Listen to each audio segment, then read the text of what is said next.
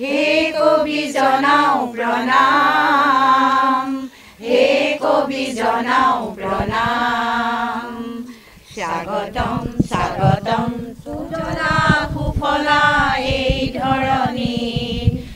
অসম কবি সমাজ আৰু কবিতাৰ জগতখনক এক দিশ নিৰ্দেশনা দিয়াৰ ক্ষেত্ৰত বিগত ৩৩টা বছৰে কাম কৰি আহিছে আৰু বহু নতুন কবিক তেওঁলোকে উলিয়াই আনিছে। কবিতা সম্পৰ্কে বহুত তেওঁলোকৰ গৱেষণা হৈছে আৰু এটা জাগৰণ সৃষ্টি কৰাৰ ক্ষেত্ৰত ভূমিকা পালন কৰি আহিছে। নমস্কাৰ জনাইছোঁ।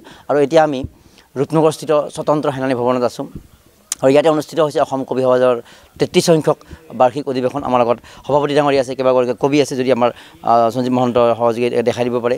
ভিন্ন প্ৰান্তৰ পৰা আহিছে আৰু আহিব। কালিও তেওঁলোকৰ অনুষ্ঠান আছিলে। আৰু এতিয়া আমি পোনে পোনে সভাপতি ডাঙৰীৰ কাষলৈ যাম। ৰাজীৱ কুমাৰ ফুকন, প্ৰথমতে অভিনন্দন যে ৩৩ সংখ্যক বৰ্ষ অতিক্ৰম কৰিছে আৰু অসমৰ সাহিত্যৰ ক্ষেত্ৰত বাট নিৰ্মাণৰ ক্ষেত্ৰত এই সংগঠনে ভূমিকা পালন কৰিছে। এইবাৰৰ অধিৱেশনখনক লৈ অসম কবি সমাজনো কি কাম কাজ, কেনেকৈ পাব্লিক কানেকশ্যন হৈ আছে, কবিসকলৰ কাৰণে কি কৰিছে? অসম কবি সমাজ 1988 চনৰ 5 মাৰ্চ তাৰিখে প্ৰতিষ্ঠা হৈছিলে গুৱাহাটীত। আৰু আমাৰ সমগ্ৰ অসমতে এতিয়া 71টা শাখা আছে। গতিকে প্ৰতিটো শাখাই অসম কবি সমাজৰ শাখাই অসম কবি সমাজৰ যি উদ্দেশ্য, যি লক্ষ্য, সেয়া হ'ল অসমত এক কবিতাৰ পৰিৱেশ সৃষ্টি কৰা আৰু অসমীয়া ভাষা সাহিত্যলৈ অৱদান আগবঢ়োৱা।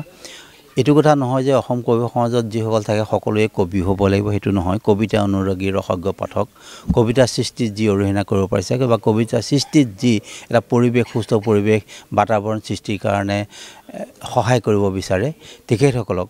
কাৰণ কবিতাৰ দ্বাৰাই আমি অসমীয়া ভাষা সাহিত্য চৰ্চাৰ লগতেও অসমৰ বিভিন্ন ভাষা উপভাষা যিবিলাক আছে, সেই সকলো ভাষা উপভাষাৰ সমন্বয়ত আমি অসমীয়া ভাষা সংস্কৃতি আগবঢ়াবলৈ যত্ন কৰিছোঁ আৰু সেইটোৱে আমাৰ মূল লক্ষ্য। সেই উদ্দেশ্যে আমি বিভিন্ন ভাষাত সমন্বয় কবি সমাৰোহ আমি অনুষ্ঠিত কৰোঁ। আমাৰ অসম কবি সমাজে তেনেকুৱা ধৰণৰ এলানি কাৰ্যসূচী গ্ৰহণ কৰিছিল, সমন্বয় কবি সমাৰোহ। সেই সমন্বয় কবি সমাৰোহত আছিল আমাৰ বিভিন্ন ভাষা ভাষী কবিৰ লগত সমন্বয় স্থাপন কৰি অসমীয়া ভাষালৈ তেওঁলোকৰ কবিতা অনুবাদ, অসমীয়া কবিতা তেওঁলোকৰ ভাষালৈ অনুবাদ। ইতিমধ্যে আমাৰ প্ৰায় 100টামান কবিতা মিচিং ভাষালৈ অনুবাদ কৰা হৈছে, আমাৰ অসম কবি সমাজৰ পৰা প্ৰকাশ পাব।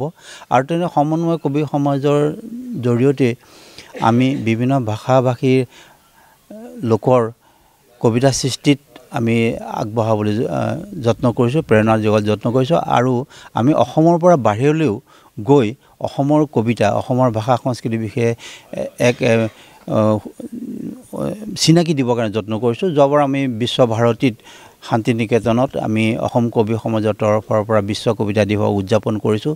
তাত আমি বিশ্ব কবিতা দিৱসত আমি বিভিন্ন ভাষা, ইটালীয়, জাপানীজ, চাইনিজ, তেলেগু, মণিপুৰী, অসমীয়া, বাংলা আদি কৰি বিভিন্ন ভাষাৰ প্ৰায় 20টাতকৈ অধিক ভাষাৰ কবিতা তাত পাঠ কৰা হৈছিল। এক্টিভ পাৰ্ট যদি কোৱা হয় কৰিছে। এতিয়া আমি যিটো বিষয়ববীয়া আছে, বৰ্ণালী বৈশ্যক কবি আছে, নামখিনিও জানিম। এইবাৰৰ কাৰ্যসূচীটো কি হৈছে চমুকৈ অলপ ক'ব। এইবাৰ যোৱাকালি আমাৰ অনুষ্ঠান হৈ গ'ল। তাত আমাৰ পতাকা উত্তোলনৰ পৰা আৰম্ভ কৰি আমাৰ দ্বিতীয় কাৰ্যসূচী আমাৰ কবি সমাৰোহ হৈ গ'ল। কবি সমাৰোহত প্ৰায় 100গৰাকী মানে সংখ্যক কবিয়ে কবিতা পাঠ কৰিলে। আৰু আমাৰ অসম কবি সমাজৰেই নহয়, আমাৰ বিভিন্ন অনুষ্ঠানৰ কবিও আহি পেলাই এই অনুষ্ঠানটো মানে উজ্জীৱিত কৰি দিলে। আৰু আজিৰ কাৰ্যসূচী আছে আমাৰ এখন আলোচনা চক্ৰখন আমাৰ আলোচক বিষয় আছিলে অসমীয়া কবিতাৰ গণচেতনা, আধুনিক কবিতাৰ। আৰু আমাৰ আলোচকগৰাকী হৈছে আমাৰ ডক্টৰ প্ৰণৱ ভট্টাচাৰ্য। আৰু এই হেৰিখন উদ্বোধন কৰিব আমাৰ ডক্টৰ নৰসিং বৰকলা ডাঙৰীয়াই। গতিকে আমাৰ ৰাজ্যখনত কিমান কবিয়ে ইয়াত অংশগ্ৰহণ কৰিছে? ৰাজ্যখনৰ আমাৰ গোটেই আমাৰ 71টা আমাৰ সিমান আহিব নোৱাৰিলে, তথাপিও আমাৰ ভালেখিনি সংখ্যক আমাৰ উজনি, নামনি, মধ্য অসম গোটেইখিনিৰ পৰা আমাৰ প্ৰতিনিধিসকল আহিছে 100তকৈ অধিক। আমি বৰ্তমান যিখিনি উপস্থিত আছে তেওঁলোকৰ নামখিনি এবাৰ জানি লওঁ। এফালৰ পৰা যাব পাৰোঁ যদি মনতে। আপোনাৰ নাম? মোৰ নাম ৰীতামণি শৰ্মা। ক'ৰ পৰা আহিছে আপুনি? মই গুৱাহাটী মহানগৰ শাখাৰ পৰা। বাইদেউ? মই দীপিকা দেৱী কলিতা। মই বৰ্তমান অসম কবি সমাজৰ অভ্যৰ্থনা সমিতিৰ সম্পাদিকা, সেই হিচাপে কাম কৰি আছোঁ। আৰু কেনেকুৱা মানে ইয়াৰ যিখিনি যথেষ্ট সংখ্যক কবি আহিছে আৰু উদুলি মুদুলি আমাৰ এতিয়া বৰ্তমান কবিতা সমাজখন ভাল লাগি আছে। তিনিখনকৈ কিতাপো প্ৰকাশ পাই আছে, গতিকে সকলোৱে কিতাপ কিনিবলৈ সাজু থাকিব। আপোনাৰ নামটো? মোৰ নাম শ্ৰীমতী অঞ্জু গোস্বামী কলিতা। মই ওদালগুৰিৰ পৰা আহিছোঁ আৰু মই অসম কবি সমাজৰ বৰ্তমানৰ সাংগঠনিক সম্পাদিকা হৈ আছোঁ। আপোনাৰ নমস্কাৰ, মই ডক্টৰ প্ৰতিভা শৰ্মা। মই কাৰ্যনিৰ্বাহক সদস্য। মোৰ ইতিমধ্যে 7খন কিতাপ ওলাইছে আৰু এতিয়া আমাৰ ইয়াত অসমৰ বিভিন্ন প্ৰান্তৰ পৰা অহা কবিৰে উদুলি মুদুলি হৈ আছে। মোৰ নাম দীপিকা খাউন, অসম কবি সমাজৰ পত্ৰিকা কবি সমাজৰ সম্পাদিকা আৰু অভ্যৰ্থনা সমিতিৰ মই সম্পাদিকা হৈ আছোঁ। নমস্কাৰ, মই শ্ৰীমতী সবিতা ঠাকুৰীয়া। মই অসম কবি সমাজৰ সমাজত আছোঁ আৰু মই অসম সাহিত্য সভাৰ আজীৱন সদস্য। মই কিছুমান কবিতাও লিখিছোঁ।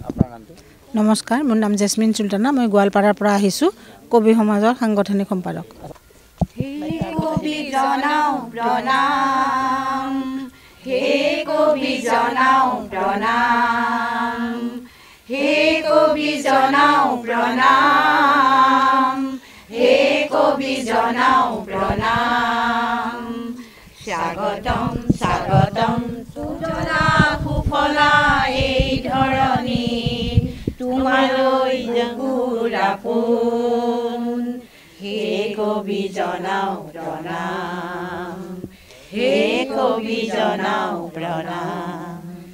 আছে আমাৰ সমন্বয়ৰ প্ৰেম প্ৰীতি এনাজৰি এই মৰমৰ, আছে আমাৰ সমন্বয়ৰ প্ৰেম প্ৰীতি এনাজৰি এই মৰতৰ। সকলোকে আঁকোৱালি বান্ধো একতাৰ প্ৰীতি, হে কবি জনাও প্ৰণাম, হে কবি জনাও প্ৰণাম, হে কবি জনাও প্ৰণাম, হে কবি জনাও প্ৰণাম। ইমান সুন্দৰ সুৰ, মানে বৰ ধুনীয়াকৈ লিখিছে। কোনে সুৰ কোনে কৰিছে এইটো? আমাৰ উপদেষ্টা ৰাজেন্দ্ৰনাথ বৰদলৈয়ে ৰচনা আৰু সুৰ কৰিছিলে আশামণি কৰিছিলে সুৰ। ঠিক আছে, আপোনাৰ গীতটোৰ যদি কবিসকলক আহ্বান জনাইছে, আমন্ত্ৰণ জনাইছে, হয় জানো। মই এষাৰ কথা সুধিব বিচাৰিছোঁ। আহক ছাৰ, আহক। কবিতাৰ জগতৰ বাবে এষাৰ কথা ক'ব লাগে। গীতটোত কৈছে কবিসকলক প্ৰণাম জনাইছে। এতিয়া এটা অভিযোগো আছে আপোনালোকৰ বিৰুদ্ধে বা আমাৰ লেখক লেখিকাৰ বিৰুদ্ধে যে অকল লেখক লেখিকাসকলেই কিতাপ নিকিনা হৈছে, বাকী কোনে কিনিব?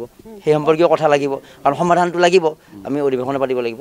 গতিকে কিতাপৰ যিহেতু বতৰ অসম গ্ৰন্থমেলা চলি আছে, তো কিতাপ সম্পৰ্কীয় এটা বাৰ্তা, এটা বিশেষকৈ কবিতাৰ কিতাপ বিক্ৰী নোহোৱা বুলি কৈ আছে। অধিৱেশন পাতিলে তেতিয়াহে সফল হ'ব, যেতিয়া কিতাপবিলাক বিক্ৰী হ'ব। গতিকে এই অধিৱেশনক এটা শুভেচ্ছা বাৰ্তা। আৰু কবিতাৰ কিতাপ কিনিব নালাগে নেকি, এইটো এটা কথা। কবিতা নহ'লে মানুহ জীয়াই থাকিব নোৱাৰে। যদিও কয় কবিতাৰ কিতাপ খুব কম বিক্ৰী হয়, কিন্তু বিক্ৰীটোৰ ওপৰত ডিপেণ্ড নকৰে। কাৰণ যিসকল কবি ভাল কবিতা চৰ্চা কৰি আছে, লিখি আছে, সেইসকলৰ কবিতা আজি নহয় বহুত বছৰলৈকে জীয়াই থাকিব। মোৰ কথা হ'ল কি, কবিৰ সংখ্যা বাঢ়িছে এতিয়া, কিন্তু কবিৰ সংখ্যা বাঢ়িলেও কি হৈছে, বহুত কবিয়ে কিন্তু নিজৰ কবিতাৰ বাহিৰে আনৰ কবিতা পঢ়াটো খুব কম। পঢ়িব লাগে নে নালাগে? নিশ্চয় লাগে, কাৰণ কিয় নিজৰ কবিতাটো লিখিবই, চৰ্চা কৰিবই, কিন্তু অন্যান্য কবি যিসকলে লিখিছে, অকল মই অসমীয়া কথাই কোৱা নাই, যিকোনো ভাষাৰ কবিতা পঢ়িব লাগে। কাৰণ বিভিন্ন ভাষাৰ কবিতা যদি পঢ়া যায়, তেতিয়াহ'লে কি হ'ব, অট'মেটিকেলি তেওঁৰ মন মগজুত এটা বেলেগ প্ৰতিক্ৰিয়া সৃষ্টি কৰিব, তাৰ ফলত এটা ভাল কবিতাৰ সৃষ্টি হ'ব। তাৰমানে নিজে কবিতা লিখাৰ সমান্তৰালভাৱে চৰ্চা কৰিব লাগিব। কবিতা পঢ়িবলৈ হ'লেতো হয়তো কিতাপৰ দোকানত যাব লাগিব, কিতাপ কিনিব লাগিব, কিতাপ পঢ়িব লাগিব। গতিকে আমি লেখক লেখিকা কবিসকল যিসকল আছে, আমি সেই কিতাপ বিক্ৰীৰ যিটো ধাৰাটো আগবঢ়াই দিব লাগিব। আপোনাৰ পৰিচয়টো ল'ম আৰু এই কবি সমাজৰ লগত কেনেকৈ জড়িত আৰু এই কবিসকলক উদ্দেশ্যে কি ক'ব যে আমি কবিতাৰ জগতখনক কেনেকৈ আগবঢ়াই নিব পাৰোঁ। ধন্যবাদ। মই শামছুল বাৰিক, মই অসম কবি সমাজৰ এগৰাকী উপসভাপতি। 1994 চনৰ পৰাই মই অসম কবি সমাজৰ সৈতে জড়িত হৈ আছোঁ আৰু অসম কবি সমাজে কবিতাৰ এটা আন্দোলন আৰম্ভ কৰিছে। এই আন্দোলন কিমান সফল হৈছে নাই হোৱা এইটো সময়ে বিচাৰ কৰিব আৰু আমি গুণগত দিশতহে গুৰুত্ব আৰোপ কৰিছোঁ।